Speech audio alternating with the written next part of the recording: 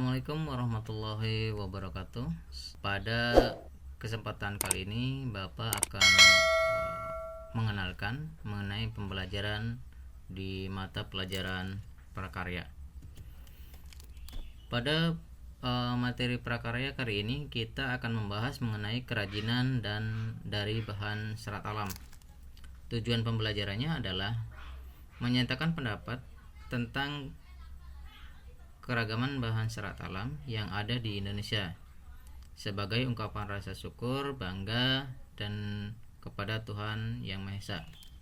Yang selanjutnya adalah menyatakan pendapat tentang keragaman karya kerajinan dari serat alam sebagai ungkapan rasa bangga dan wujud rasa syukur kepada Tuhan Yang Maha Esa. Memahami pengemasan produk kerajinan dari serat alam agar tetap awet dan lebih bernilai ekonomis. Yang selanjutnya adalah mengidentifikasi pula bahan, alat, dan proses yang digunakan pada pembuatan kerajinan dari serat alam di tempat. Selanjutnya adalah yang kita bahas jenis bahan kerajinan dari serat alam itu sendiri. Contohnya adalah bahan kerajinan dari serat alam, diantaranya adalah sapu lidi, tas anyaman, atap jerami juga merupakan produk kerajinan berbahan serat alam yang sering dimanfaatkan dan digunakan dalam kehidupan sehari-hari.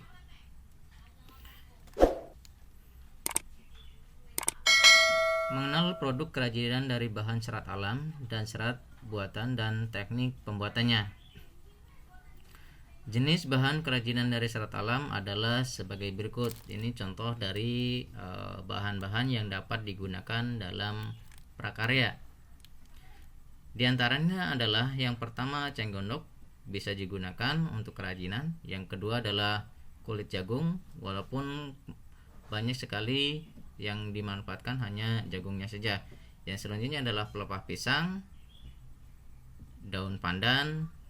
Yang selanjutnya adalah sabut kelapa. Oke, yang dibahas pertama adalah mengenai eceng gondok. Tanaman eceng gondok biasanya dibuat berbagai kerajinan tangan karena memiliki serat yang cukup kuat. Selanjutnya, karena memiliki serat yang kuat agar mudah dibentuk, eceng gondok tersebut sebaiknya dikeringkan terlebih dahulu. Setelah dikeringkan, kenapa harus dikeringkan? Karena disebabkan eceng gondok memiliki tanaman basah yang hidup di permukaan air. Selanjutnya, sebelum dikeringkan, eceng gondok harus dipilih terlebih dahulu untuk mendapatkan eceng gondok yang sudah tua.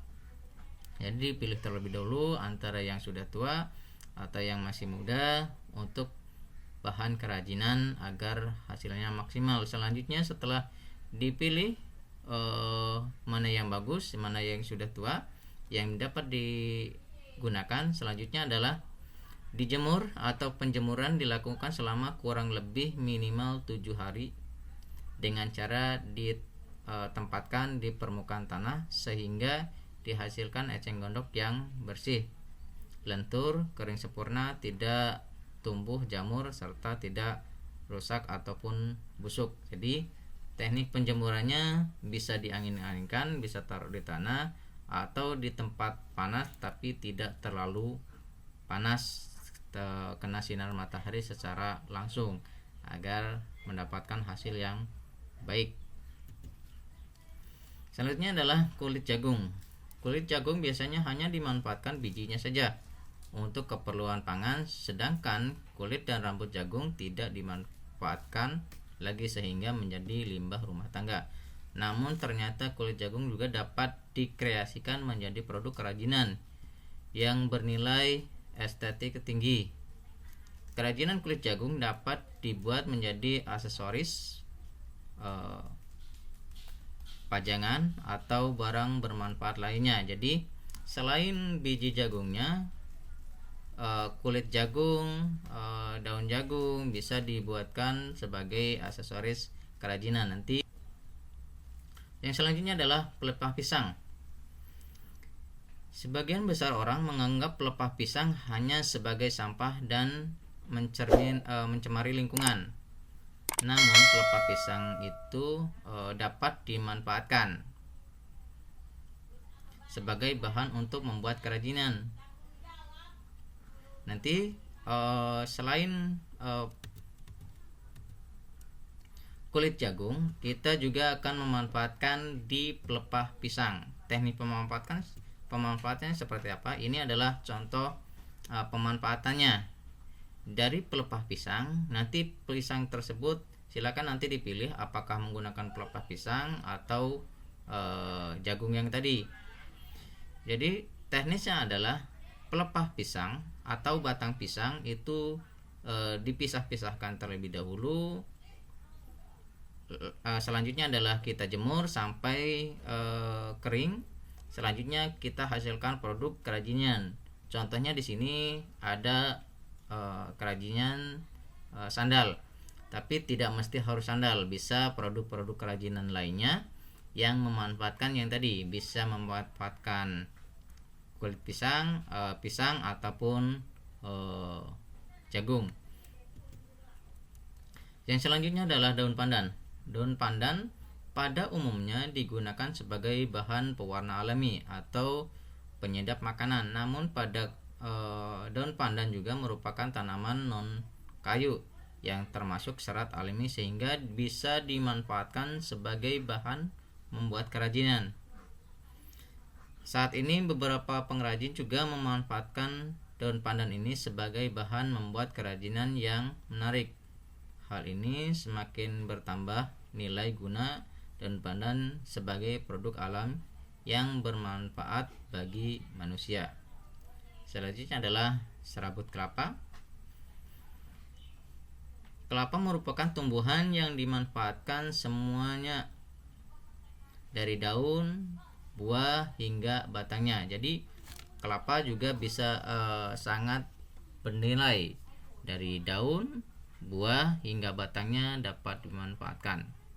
Salah satu bagian dari tanaman kelapa yang dapat dimanfaatkan adalah sabutnya. Jadi serabut kelapanya nanti kita manfaatkan untuk bahan prakarya. Sabut kelapa terdapat pada buah kelapa. Bagian ini berbentuk serat yang dapat digunakan untuk berbagai keperluan, misalnya untuk mencuci piring atau membersihkan kerak. Serat serabut kelapa ini juga dapat dimanfaatkan untuk menghasilkan produk kerajinan yang bernilai estetik. Ini contoh kerajinan pengemasan yang dapat digunakan. Terima kasih. Sebelumnya silakan nanti mempersiapkan untuk seluruh siswa. Untuk yang pertama adalah dibagi beberapa kelompok. Yang pertama menggunakan kerajinan dengan untuk seluruh siswa. Nanti pada saat pertemuan di kelas nanti silakan untuk membawa